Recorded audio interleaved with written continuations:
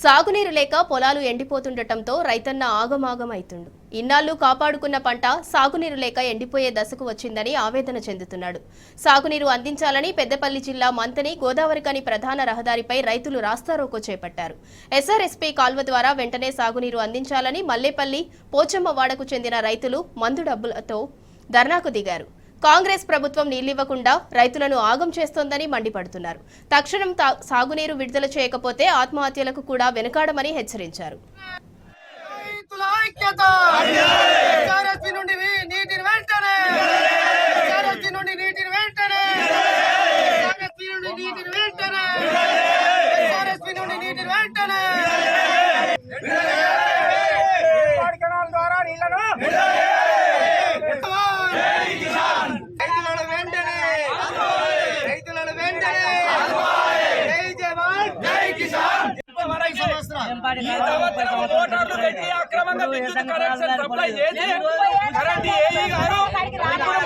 పొలాలను రైతుల దగ్గర మాకు ఏమి లేదు. ఇక్కడ 1800 ఎకరాలు ఉంది కాలువ కింద.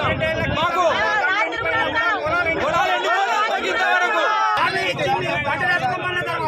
నష్టపోయేటోళ్ళం మేమా వాళ్ళ చెప్పండి. మంచిదండి, మీరు ఎవరైనా ఒక నలుగురు వస్తే అదే ఏఈ దగ్గరికి డి దగ్గరికి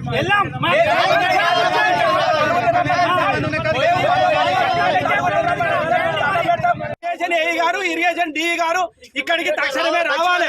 వచ్చినాకనే మా సమస్య ఏమన్నా పరిష్కారం కావాలి. ఇవాళ ఒక 5గురు అవన్నీ చచ్చిపోతాం సార్. ఒక 5గురు అవన్నీ చచ్చిపోతాం. ఇవాళ 5గురు అవన్నీ చచ్చిపోతాం సార్. ఇక్కడ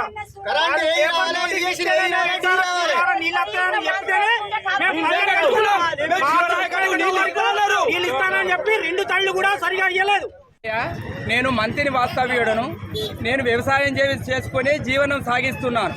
గత 80 సంవత్సరాల నుంచి వెళ్ళి కన్నాల ప్రాజెక్టు ద్వారా మన మంతరికి 1800 నుండి 3000 ఎకరాలకు ఆయకట్టు కింద వాటర్ సప్లై చేస్తుంది ప్రతి సంవత్సరం. ఏనాడు కూడా దీని కింద పొలాలు ఉల్లారిపోయిన దాఖలాలు లేవు.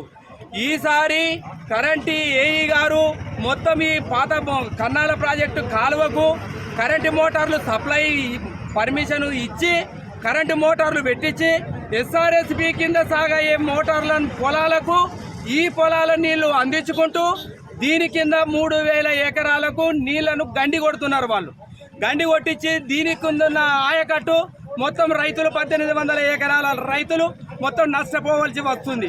ఒక్కొక్క ఎకరానికి ఇప్పటికే 35,000 నుండి 40,000 లోపు పెట్టుబడి పెట్టి ఉల్లారిపోయే స్థితిలో చావు బతుకుల మధ్యలో కొట్టుమిట్టాడుతాను. మా అప్పులు కానీ మా బాధలు కానీ పట్టించుకున్న నాయకుడు కానీ ఏ అధికారి కానీ ఇంతవరకు ఎవరు కూడా మా దగ్గరికి రాలేదు. మేము పోయి తిరిగి వచ్చుడే తప్ప కానీ ఎక్కడికి పోయినా ఒక అధికారి కలవలేదు. మా ఈ పరిస్థితుల్లో మేము చావు బతుకుల మధ్య ఉన్న వరి పొలాలు ఉన్నాయి కాబట్టి మా ఆవేదన తట్టుకోలేక మేము రోడ్డు ఎక్కవలసి వచ్చింది. గత సంవత్సరం వరకు ప్రతి సంవత్సరం ఎండాకాలమైన వానాకాలమైన పంటలు ఎండిపోయిన పరిస్థితి ఇప్పటి వరకు లేదు. ఈ సంవత్సరం కొత్త ప్రభుత్వం ఏర్పడిన తర్వాత కూడా మాకు ఎస్ఆర్ఎస్పి ద్వారా జనవరి 1వ తారీఖు నుంచి మార్చి 31వ తారీఖు వరకు వారం విడిచి వారం నీళ్లు ఇస్తానని చెప్తే మేము ఇక్కడ వరి పంటలు నాటు వేసుకున్నాము. ఎస్ఆర్ఎస్పి నీళ్లు 2 విడతలు తప్ప ఇంకా ఉన్న 5-6 విడతలు అసలు నీళ్ళే రాలేదు. రాలేని పక్షంలోనే ఇప్పుడు పొలాలని ఎండిపోయే పరిస్థితి వచ్చింది. మొత్తం పొలాలు కూడా పొట్ట మీద ఉన్నాయి. మాకు ఒక 20 నుంచి 25 రోజులు నీళ్ళు ఇచ్చిన పరిస్థితి అయితే పొలాలందరూ అన్ని గట్టెక్కే పరిస్థితి ఉన్నది. కాబట్టి ప్రభుత్వము మరియు అధికారులు స్పందించి రైతుల బాధని అర్థం చేసుకుని మాకు ఎస్ఆర్ఎస్పి ద్వారా మరియు గుండారం రిజర్వాయర్ ద్వారా మంతని టేలాండ్ అయినటువంటి ఈ 18 నుంచి 3000 ఎకరాలు ఉన్నాయి. వీటికి నీళ్ళు ఇచ్చి ఆదుకోవాలి.